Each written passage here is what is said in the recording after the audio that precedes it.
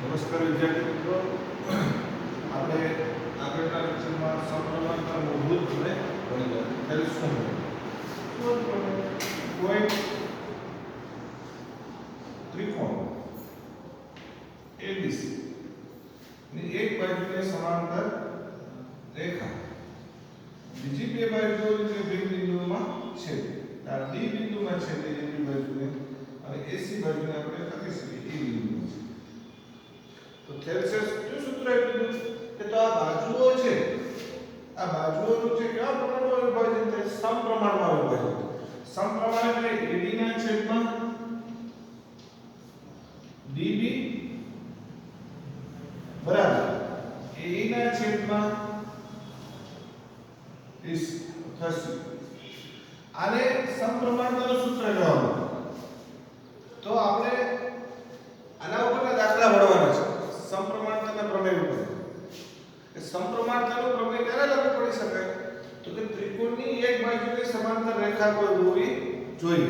જ્યારે આ ચાર રેખાખંડો છે, આ ચાર રેખાખંડ છે એમાંથી કોઈ પણ ત્રણના માપ આપ્યા હોય, દાખલા તરીકે AD નું માપ આપ્યું, DB નું આપ્યું, AE નું નથી આપ્યું, તો આ સૂત્રની મદદથી આપણે AC મેળવીશું.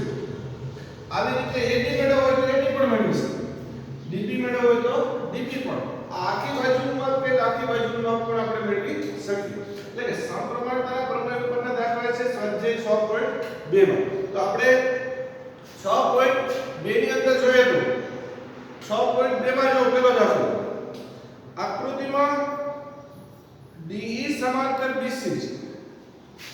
એક આકૃતિ આપી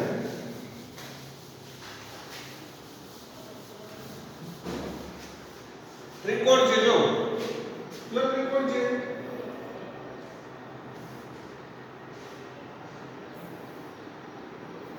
આ ત્રિકોણ છે ABC. ABC કે ત્રિકોણ ABC માં DE કોને સમાંતર આવે? તો કે DE સમાંતર BC છે. આ BC ને સમાંતર એક D રેખા છે. તો એ D રેખા કઈ રીતે દર્શાવી? આ D અને આ E કે BC સમાંતર D છે. તો આપણે કીધું ને કે ત્રિકોણની એક બાજુને સમાંતર રેખા આપેલી છે, એનો મતલબ કે અહીંયા કયો પ્રમેયનો ઉપયોગ કરી શકાય? સમપ્રમાણ. તેની બાજુઓના માપ આપ્યા જો AD બરાબર 1.5, AD બરાબર 1.5 સેમી, બીજું એટલું BD બરાબર 3 સેમી અને AE બરાબર 1 સેન્ટીમીટર.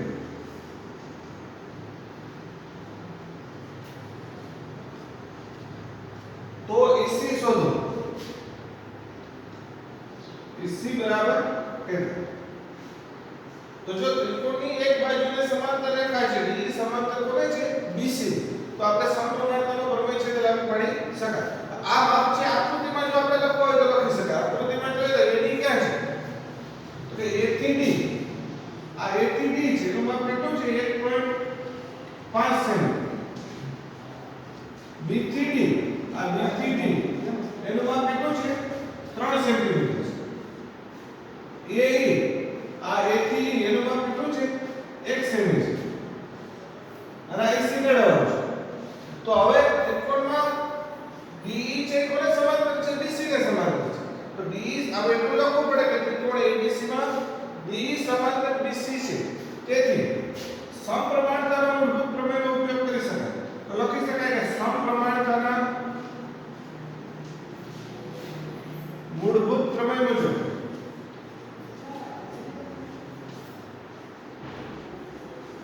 બાજુઓના ગુણોત્તર કેવા હોય? સમપ્રમાણમાં રેખાખંડો. તો કેટલા આવશે? AB ના છેદમાં BD, AD ના છેદમાં BD બરાબર AE ના છેદમાં C અથવા AC, AE ના છેદમાં C. આ સીધું સમપ્રમાણતાના પ્રમેયનું સૂત્ર આપણે સીધે સીધું મૂકી દઈએ. હવે આમાં જો એની કિંમત મૂકવાની, AD ની કિંમત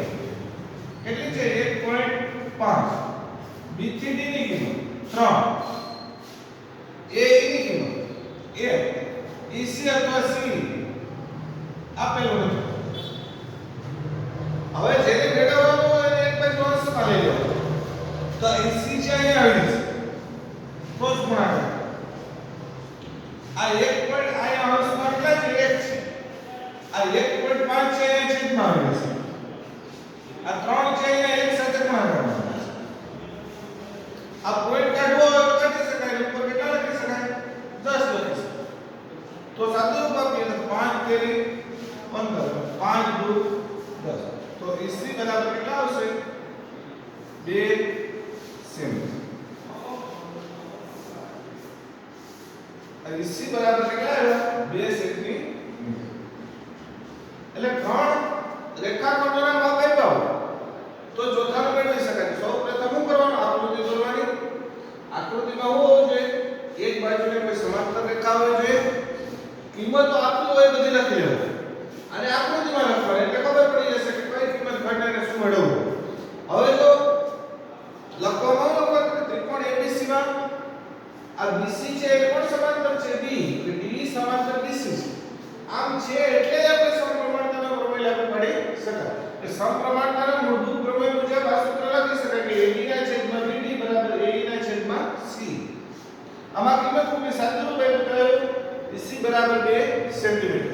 આ એકમ લખવો જરૂરી છે. સેન્ટીમીટરમાં માપ છે તો સેન્ટીમીટર. હવે તો આપ કીધું કે ભાઈ AB નું માપ મેળવો તો આકૃતિમાં જો આવે AB તો AB નું માપ કેટલું થશે તો AB એટલે આ વત્તા આ બંનેનો સરવાળો થશે તો કેટલા આવશે 1.5 વત્તા 3. આ રીતે એમ કીધું કે AC મેળવો તો AC 2 છે એ કેટલા છે 1 છે તો આ માપ 1 વત્તા 2 એટલે કેટલા થશે 3 એટલે AC નું માપ કેટલું આવશે 3. તો વિદ્યાર્થી મિત્રો ત્રિકોણની આ બે બાજુઓના માપ કે આ ચાર રેખાખંડમાંથી ગમે એક રેખાખંડનું માપ કે તો પણ આપણે સમપ્રમાણતાના પ્રમેય મુજબ મેળવી શકીએ. હવે આમાં જો બીજો છે પહેલા દાખલાનો બીજો દાખલો પહેલાનો બીજો છે એમાં જો એમાં એક ત્રિકોણ ABC છે એમાં D સમાંતર કોને છે BC ને.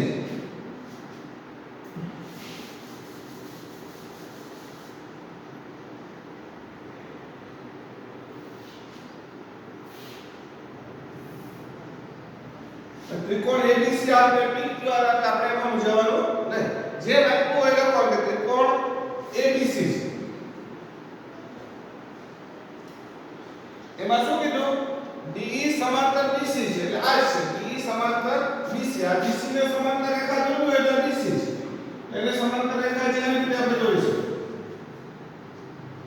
આ D બિંદુ અહીંયા છે અને E બિંદુ છે અહીંયા આપેલું છે.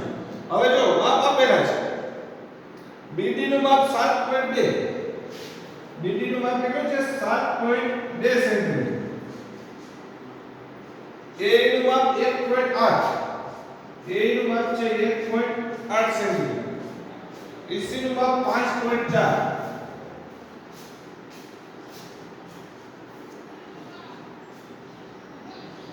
AD મેળવો. AD બરાબર AD આપેલું છે તે મેળવવાનું છે. આગળના દાખલામાં AD નું માપ નથી એટલે અહીંયા લખતા નથી. B થી D કેટલું છે 7.2 સેન્ટીમીટર. AE 1.8 centimetre. આવી રીતે EC 5.4 સેન્ટીમીટર. अब त्रिकोण कयो છે તો ત્રિકોણ ABC છે. એમાં સમાંતર રેખા કઈ છે તો કે D કોને સમાંતર છે BC એટલે તમે જોશો કે ત્રિકોણ ABC માં D સમાંતર BC છે તેથી સમપ્રમાણતાના મૂળભૂત પ્રમેયનો ઉપયોગ કરી શકાય. આ શિરોબિંદુ બદલાતા નથી કે સૂત્ર આ જ આવશે AD ના છેદમાં BD બરાબર AE ના છેદમાં C. કિંમતો બદલાશે. કિંમતો જોઈએ આપણે.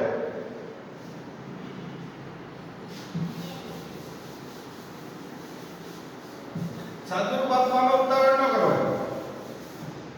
જો AD આટલું માપ નથી એટલું એમને આવશે. AD B થી D નું માપ કેટલું છે 7.2 બરાબર AE 1.8 CE આમ સીધા ઉડાડો તો નહીં આના પોઈન્ટ પોઈન્ટ ની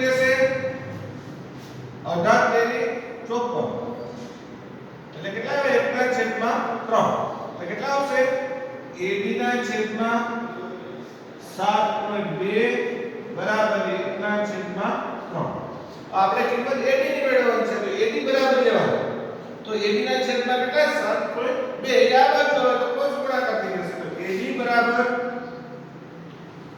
અહીંયા 1 હતું ગુણ્યા 7.2 અને છેદમાં 3 ઉડતા હોય તો ઉડાડી દેવાનું આ 3 2 6 1 3 4 12 24 તેરી 72 તો કેટલા આવ્યા 2.4 ગુણ્યા 1 એટલે 2.4 AD બરાબર આવશે 2.4 એકમ લખવાનું ભૂલવા દે આમાં કેટલા આવ્યા સેન્ટીમીટર માં આવ્યા તો છેલ્લે જવાબ ન લખવાનો AD બરાબર 2.4 સેન્ટીમીટર તો વિદ્યાર્થી મિત્રો સમપ્રમાણતાનો પ્રમેય ન પૂછે તો સમપ્રમાણતાના પ્રમેય પરનો દાખલો છે તે પૂછવાની શક્યતા 100% હોય એટલે દાખલા છે તે આવડો છે એનું સૂત્ર છે તે આવડો છે AD ના છેદમાં DB બરાબર AE ના છેદમાં EC હવે આ રેખાખંડ પૂછે તો ઠીક છે બાજુનું માપ પૂછે દાખલા તરીકે હવે એમ કીધું કે AB નું માપ મેળવો આ AB નું માપ મેળવો તો શું કરવાનું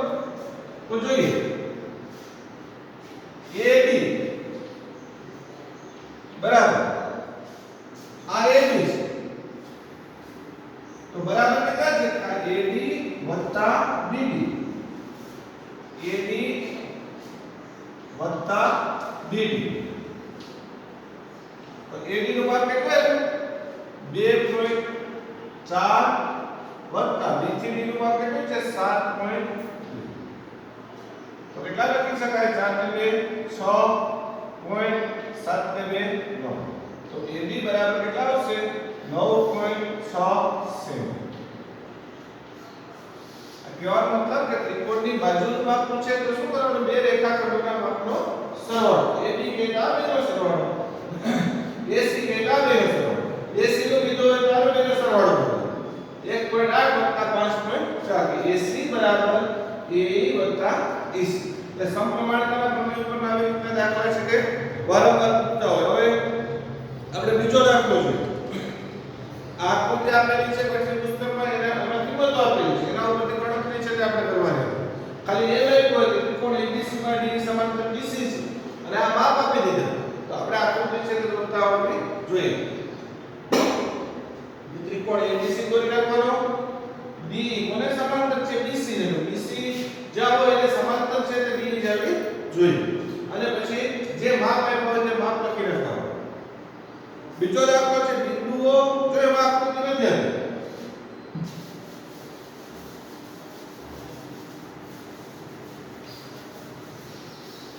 બિંદુઓ આપેલા છે સ્વાધ્યાય 6.2 નો બીજો આ પહેલાનો પહેલો અને બીજો હતો હવે દાખલા નંબર 2 શું કીધું કે બિંદુઓ E અને F એ ત્રિકોણ PQR ની બાજુ ત્રિકોણ કયો છે PQR પહેલા ત્રિકોણ દોરી આ ત્રિકોણ PQR બે બિંદુઓ કીધા કયા બિંદુઓ E અને F એ ત્રિકોણ PQR ની બાજુઓ અનુક્રમે PQ એટલે પહેલા PQ અને PR પર આવેલા છે કોણ E અને F E અને F છે અહીંયા આવેલા છે આ PQ ઉપર અને PR ઉપર આવેલા છે નીચે દરેક વિકલ્પમાં EF સમાંતર QR છે કે કેમ તે જણાવો આ E અને F આપેલા છે હવે આને સમાંતર છે કે નહીં જણાવવાનું છે તો જો EF સમાંતર આ EF છે અહીંયાથી રેખા દોરી અને કોને સમાંતર હોય QR હોય તો સમપ્રમાણતાના પ્રમેય મુજબ કેટલા લખી શકાય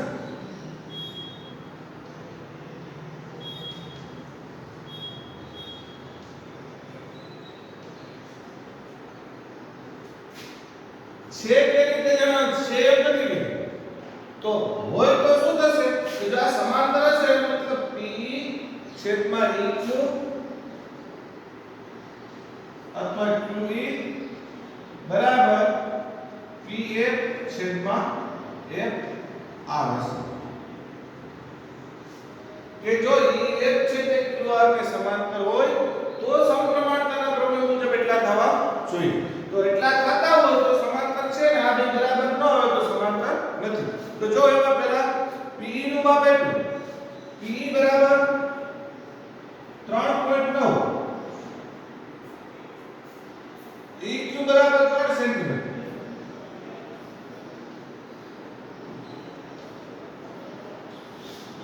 પછી છે PF બરાબર 3.6 સેન્ટીમીટર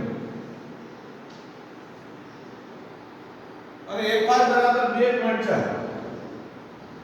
આમાં જો કિંમત મૂકી દઈએ બે બરાબર આવે તો સમાંતર છે, બરાબર ન આવે તો સમાંતર નથી. તો જો PE ની કિંમત કેટલી છે 3.9 છેદમાં 3 બરાબર PF 3.6 બરાબર 2.4. સાતમું ભાગ આ પોઈન્ટ કાઢી નાખીએ તો છેદમાં કેટલા આવી જશે 10 નાખી નાખીએ. આ બે અંશ અને છેદના પોઈન્ટ ઉડી ગયા એટલે 36 અને 24. અંશ અને છેદમાંથી ઉડતા હોય ઉડાડી આ 10 આવી જશે એટલે 10 ગુણ્યા 3 એટલે 30 થઈ જશે. તો કેટલા આવશે 3 વડે ભાગાશે તો 3 * 3 અને 3 તેરી 9 13 તેરી 39 છેદમાં 10. આ બાજુ 12 તેરી 36 અને 12 દુ 24.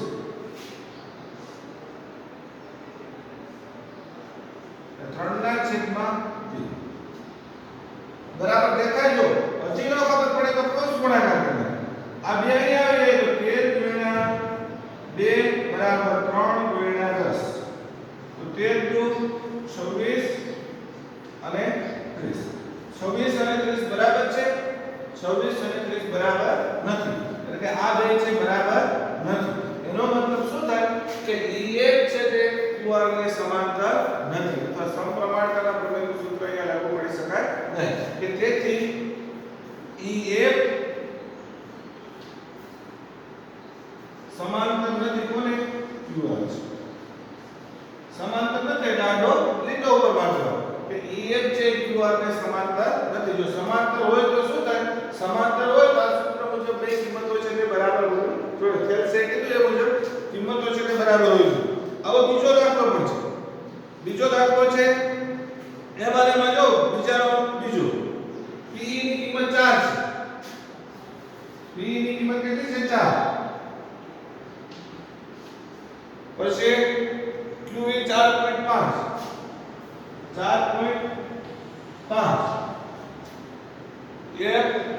PF 8.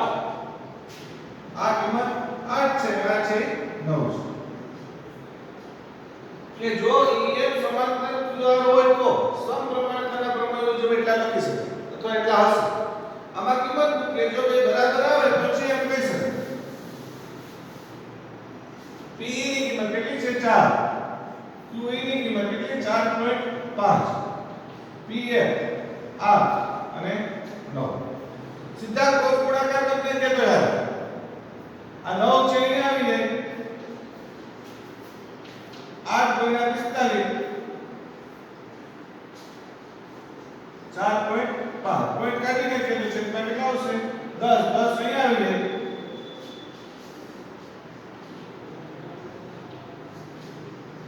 આમ ન કરવો હોય તો ઉગતા હોય તો ઉડાડી પડે. ઉગતા હોય તો ઉડાડવામાં 9 અહીં આવી જાય 4 અહીં આવી જાય ઉડી જશે. એમ કરીએ તો આપણે સરળ લાગશે કે 9 અહીં આ 4.5 છે એ પોઈન્ટ કાઢી નાખીએ. આ 4 છે એ તો 9 × 5 45 5 દુ 10 4 દુ 8. તો કેટલા આવ્યા? આ બાજુ કેટલા બેઠા 2. આ બાજુ કેટલા બેઠા 2. તો 2 અને 2 બરાબર છે કે 2 અને 2 બરાબર છે. તો આપણે લખી શકાય કે અહીંયા EF સમાંતર QR છે. ઓલામાં હતું ને આમાં છે. એટલે કે સમાંતર છે કે નહીં જાણવું હોય તો શું કરવાનું? તો સમપ્રમાણતાના પ્રમેયનું સૂત્ર છે મૂકવાનું અને કિંમત મૂકવાની. બે બાજુ કિંમતો સમાન આવે તો સમાંતર છે, સમાન ન આવે તો સમાંતર નથી. આવો દાખલો ત્રીજો છે. જો બીજામાં ત્રીજો એમાં 1.28 2.56 0.18 અને pf બરાબર 0.36 એ તમારે છે તે હોમવર્કમાં લખવાનું છે. આગળ છે તે આપણે આગળના દાખલાઓ છે એનો અભ્યાસ કરશું. 6.2 ના ત્રીજો ચોથો પાંચમો છઠ્ઠો આ બધા છે રાઈટર છે તમારે ખાલી વાંચી લેવાના છે અત્યાર સુધી.